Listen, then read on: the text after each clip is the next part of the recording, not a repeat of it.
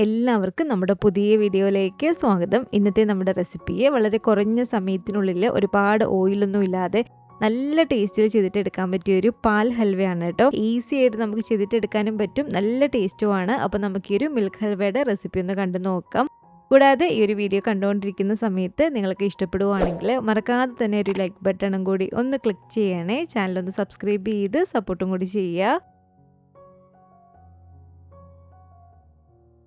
അപ്പോൾ അതിനായിട്ട് ആദ്യം തന്നെ നമുക്കിതിലേക്ക് വേണ്ടത് ഇതുപോലെ തേങ്ങയാണ് കേട്ടോ. ഞാനിപ്പോൾ ഇവിടെ മീഡിയം വലിപ്പമുള്ളൊരു ഫുൾ തേങ്ങ ഇതുപോലെ ഒന്ന് പൂളി എടുത്തിട്ടുണ്ട്. കപ്പളവിൽ പറയുവാണെങ്കിൽ ഒരു 1.25 കപ്പളവിൽ ഇതുപോലെ പൂളിയ തേങ്ങയുണ്ട്. ഇനി നമുക്ക് മിക്സിയുടെ ഈ ഒരു ജാറിലേക്ക് ഈ ഒരു തേങ്ങ ഇട്ട് കൊടുത്തിട്ട് ഇതിലേക്ക് നമുക്ക് 1 കപ്പളവിൽ ആദ്യം ഇതുപോലെ വെള്ളം ഒഴിച്ച് കൊടുത്ത് നന്നായിട്ടൊന്ന് അടിച്ചെടുക്കാം. ഈ ഒരു തേങ്ങയുടെ 1-ാം പാലും 2-ാം പാലും 3-ാം പാലും നമ്മൾ എടുക്കുന്നുണ്ട് കേട്ടോ. വീണ്ടും ഇതുപോലെ കുറച്ച് വെള്ളം കൂടെ ഒഴിച്ച് കൊടുത്തിട്ട് ആ ഒരു 2-ാം പാലും കൂടെ നമുക്ക് നന്നായിട്ടൊന്ന് അടിച്ചിട്ടെടുക്കാം. അപ്പോൾ ഇതുണ്ടല്ലോ ഒരു 2-ാം പാല് ഞാനിവിടെ എടുത്തിട്ടുണ്ട്.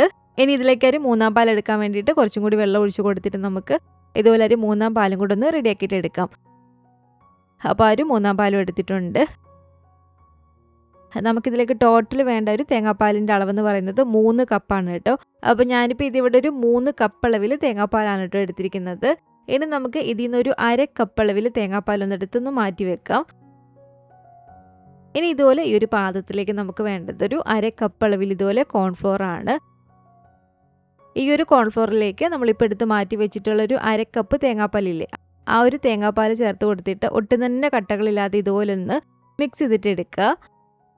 അപ്പോൾ ഒട്ടും തന്നെ കട്ടകളില്ലാതെ ആ ഒരു തേങ്ങാപ്പാലും കോൺഫ്ലോറും ഒന്ന് മിക്സ് ചെയ്ത് ഇവിടെ എടുത്തിട്ടുണ്ട്. ഇനി നമുക്ക് ഈ ഒരു പാനിലേക്ക് 1 കപ്പ് അളവിൽ ഇതുപോലെ പഞ്ചസാര ചേർത്ത് കൊടുക്കാം. നമ്മുടെ മധുരത്തിന് ആവശ്യമായിട്ടുള്ള പഞ്ചസാര ഇതിലേക്ക് ചേർത്ത് കൊടുക്കുക. ഇതിലേക്ക് ഒരു 1/2 കപ്പ് അളവിൽ വെള്ളം കൂടി ഒഴിച്ച് കൊടുത്തിട്ട് ആ ഒരു പഞ്ചസാര നന്നായിട്ടൊന്ന് ഉരുക്കിയിട്ടെടുക്കുക. അപ്പോൾ നന്നായിട്ട് ഇതുപോലെ തിളച്ച് ആ ഒരു പഞ്ചസാരയൊക്കെ ഒന്ന് ഉരുക്കി വരുന്ന സമയത്ത് നമ്മളിപ്പോൾ എടുത്തു വെച്ചിട്ടുള്ള ഒരു തേങ്ങാപ്പാലില്ലേ, ആ ഒരു തേങ്ങാപ്പാൽ ഇതിലേക്ക് ഒഴിച്ചു കൊടുക്കാം. ബാക്കി 2.5 കപ്പ് അളവിൽ തേങ്ങാപ്പാൽ ഇതിലേക്ക് ഒഴിച്ചു കൊടുക്കുകയാണ്. ടോട്ടൽ 3 കപ്പ് തേങ്ങാപ്പാലായിരുന്നു ഉണ്ടായിരുന്നത്.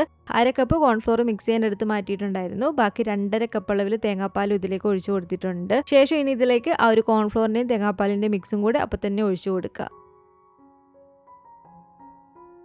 എന്നിട്ട് നന്നായിട്ടൊരു മീഡിയം ടു ഹൈ ഫ്ലെയിമിൽ ഇട്ട് കൊടുത്തിട്ട് തന്നെ നല്ല പോലെ തന്നെ ഇതൊന്ന് ഇളക്കിയിട്ടെടുക്കുക കേട്ടോ. ഒരു 3-4 മിനിറ്റ് കൊണ്ട് തന്നെ ഇത് കണ്ടില്ല, ഇതുപോലെ നമുക്കിതൊന്ന് കുറുകി കിട്ടും.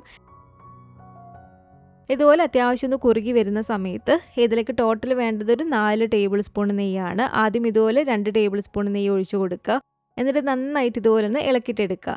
ടോട്ടൽ ഇതിൻ്റെ കുക്കിംഗ് ടൈം വരുന്നത് ഒരു മീഡിയം ഫ്ലെയിമിലിട്ട് കൊടുത്തിട്ട് 15 to 20 മിനിറ്റ് ആണ് കേട്ടോ. ഇനി ഇതിലേക്ക് നമുക്ക് ഈ ഒരു ഹൽവയ്ക്ക് നല്ലൊരു ഫ്ലേവറിന് വേണ്ടിയിട്ട് ഇതുപോലെ 1 ടീസ്പൂൺ അളവിൽ ഏലക്കാപ്പൊടിയാണ് കേട്ടോ ചേർത്ത് കൊടുക്കേണ്ടത്.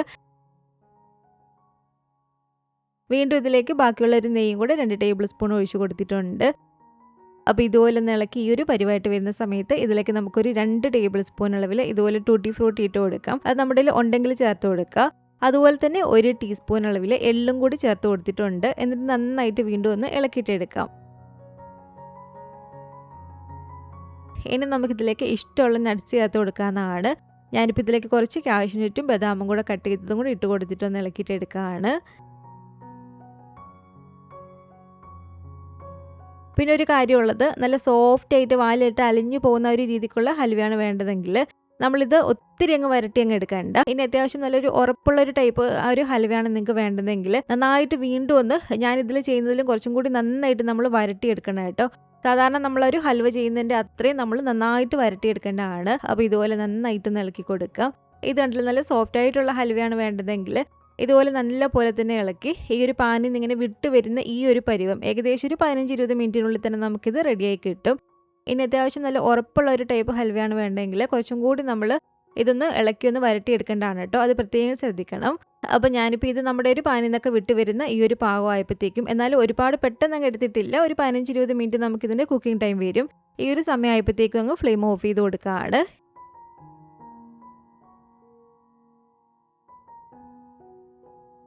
എന്നിട്ട് ഏത് പാത്രത്തിലാണ് സെറ്റ് ചെയ്യുന്നത് ആ ഒരു പാത്രത്തിൽ ഇതുപോലെ കുറച്ച് നെയ്യൊന്ന് സ്പ്രെഡ് ചെയ്ത് വെക്കുക. ഇതിലേക്ക് നമുക്ക് ഇഷ്ടമുള്ള നട്ട്സും അതുപോലെ തന്നെ കുറച്ച് വെളുത്തുള്ളിയൊക്കെ വേണമെങ്കിൽ അവർ കാണാൻ ഒരു ഭംഗിക്ക് വേണ്ടിയിട്ട് ഇട്ട് കൊടുക്കാം.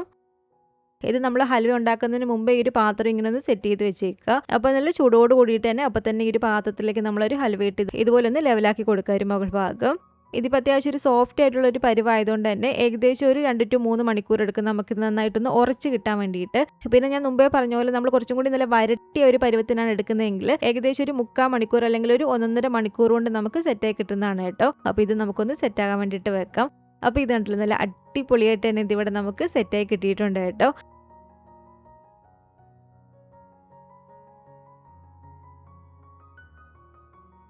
ഇത് ഞാൻ നിങ്ങളൊന്ന് കട്ട് ചെയ്തും കൊണ്ടൊന്ന് കാണിച്ചു തരാം. അപ്പം നല്ല സോഫ്റ്റ് ആയിട്ടുള്ള നമ്മുടെ ഒരു മിൽക്ക് ഹൽവ ഇവിടെ റെഡി ആയിട്ടുണ്ട്. ഇതിൻ്റെ ഒരു ടെക്സ്ചർ വരുന്നത് നമ്മളൊരു വരട്ടിയെടുക്കുന്ന ഒരു കിണ്ണത്തപ്പത്തിൻ്റെയൊക്കെ ഒരു രീതിയും ഹൽവയുടെ ഒരു ടേസ്റ്റുമാണ് കേട്ടോ. അപ്പോൾ നല്ല ടേസ്റ്റി ആയിട്ട് നമുക്കിതുപോലെ റെഡിയാക്കി എടുക്കാമെന്നാണ് ഈ ഒരു മിൽക്ക് ഹൽവ.